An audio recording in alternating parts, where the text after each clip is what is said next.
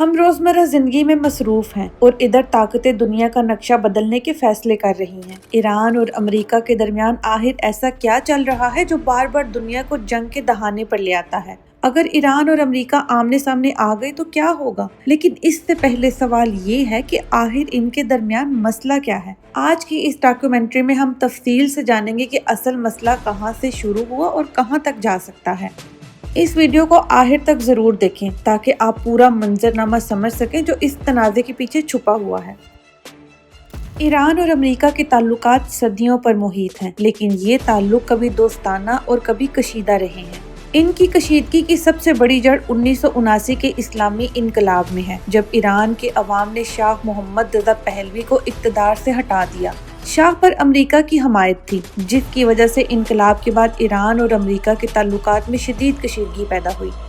1979 کو شاہ کی حکومت ختم ہوئی اور آیت اللہ خامنئی کی قیادت میں اسلامی جمہوریہ ایران قائم ہوا۔ انقلاب کے بعد ایران نے امریکی اثر و رسوخ کو ختم کرنے کی بھرپور کوشش کی۔ نومبر 1979 میں ایران کے طلبہ نے امریکی سفارتخانے پر قبضہ کر لیا۔ 52 امریکی اہلکار 444 دن تک یرغمال رہے۔ اس واقعے نے دونوں ممالک کے تعلقات میں مستقل زخم لگا دیا اور امریکہ میں ایران کے خلاف سخت جذبات پیدا ہوئے۔ 1980 کی دہائی میں ایران اور امریکہ کے درمیان براہ راست جنگ نہیں ہوئی، لیکن سینئر سطح پر تنازعات جاری رہے۔ امریکہ نے ایران کے تیل کے اثاثوں اور فوجی تنصیبات پر چھوٹے حملے کیے۔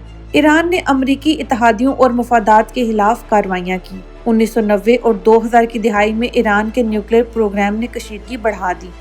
امریکہ نے ایران پر اقتصادی پابندیاں عائد کی اور اسے عالمی سطح پر تنہا کرنے کی کوشش کی۔ اس دوران ایران نے بھی نیوکلیئر پروگرام کو جاری رکھا اور امریکی دباؤ کے باوجود ترقی کی۔ یہ تمام واقعات یہ ظاہر کرتے ہیں کہ ایران اور امریکہ کے تعلقات کبھی دوستانہ نہیں رہے اور ہر تنازع نے اگلے تنازع کے لیے زمین تیار کی۔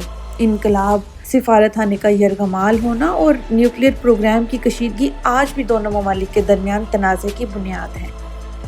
ایران اور امریکہ کے تعلقات میں 2000 کی دہائی کے بعد نئی کشیدگی پیدا ہوئی، خاص طور پر ایران کے نیوکلیئر پروگرام کی وجہ سے۔ امریکہ اور اس کے اتحادی اس بات سے خوف زدہ تھے کہ ایران ایٹمی ہتھیار تیار کر سکتا ہے، جبکہ ایران کا موقف یہ تھا کہ یہ پروگرام پرامن مقاصد کے لیے ہیں۔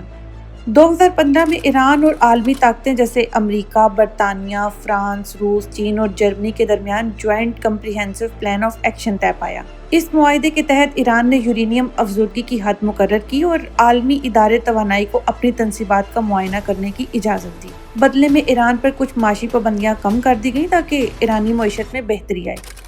2018 میں صدر ڈونلڈ ٹرمپ نے معاہدے سے علیحدگی اختیار کر لی۔ ایران پر دوبارہ سخت اقتصادی پابندیاں عائد کر دی گئیں، جس سے کشیدگی اور بڑھ گئی۔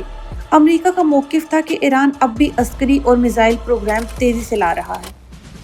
پابندیوں کے بعد ایران نے یورینیم کی افزودگی بڑھا دی۔ اس نے مشرقی وسطیٰ میں اپنے اتحادیوں جیسے حزب اللہ، حوثی باغی اور شام میں ایرانی افواجی مدد بڑھا دی۔ متعدد امریکی اڈوں اور اتحادیوں کے خلاف حملے بھی ہوئے۔ امریکی میڈیا اور ایران کے رہنماؤں کی بیان بازی نے عوام میں خوف کو مزید بڑھا دیا۔ ایران نے خبردار کیا کہ اگر امریکی حملہ ہوا تو خطے میں وسیع جنگ چھڑ جائے گی۔ تیل کی عالمی ترسیل اور اسٹرائٹ آف ہرموز کے خطرات عالمی مارکیٹ کے لیے تشویش کا باعث بنے۔ نیوکلیئر پروگرام اور اقتصادی پابندیاں دونوں ممالک کے تعلقات میں مستقل کشیدگی کا باعث بنی۔ یہ مسئلہ صرف دو ممالک کا نہیں بلکہ عالمی سیاست، توانائی کی ترسیل اور خطے کے امن سے بھی متعلق ہے۔ 2025 کے بعد ایران اور امریکہ کے تعلقات نئے بحران کی دہلیز پر پہنچ گئے۔ یہ کشیدگی نیوکلیئر پروگرام، فوجی کارروائیوں اور سیاسی دھمکیوں کی وجہ سے شدت اختیار کر گئی۔ 2025 میں امریکہ نے ایران کے نیوکلیئر تنصیبات جیسے نیٹنز، فورڈو اور اصفہان پر فضائی حملے کیے۔ ان کارروائیوں کا مقصد ایران کے یورینیم افزودگی کے پروگرام کو محدود کرنا تھا۔ اس آپریشن کو امریکی میڈیا میں آپریشن مڈ نائٹ ہیمر کے نام سے جانا گیا۔ ایران نے جوابی رد عمل کے طور پر امریکی فوجی اڈوں پر میزائل حملے کیے۔ ایران نے دھمکی دی کہ اگر مزید حملے ہوئے تو وہ اسٹریٹ آف ہرموز بند کر دے گا، جو عالمی تیل کی ترسیل کا اہم راستہ ہے۔ اس سے عالمی تیل کی قیمتوں میں اتار چڑھاؤ اور معاشی بے یقینی پیدا ہو گئی۔ امریکہ نے خطے میں اپنے فوجی وجود کو بڑھایا، خاص طور پر USS ابراہم لنکن جیسے طیارہ بردار جہاز کو بھیجا۔ ایران میں عوامی مظاہرے ہوئے جن میں امریکہ اور اس کے اتحادیوں کے خلاف سخت جذبات دیکھنے میں آئے۔ ایران کے سپریم لیڈر نے واضح کیا کہ کوئی بھی امریکی حملہ خطے میں وسیع جنگ کو جنم دے سکتا ہے۔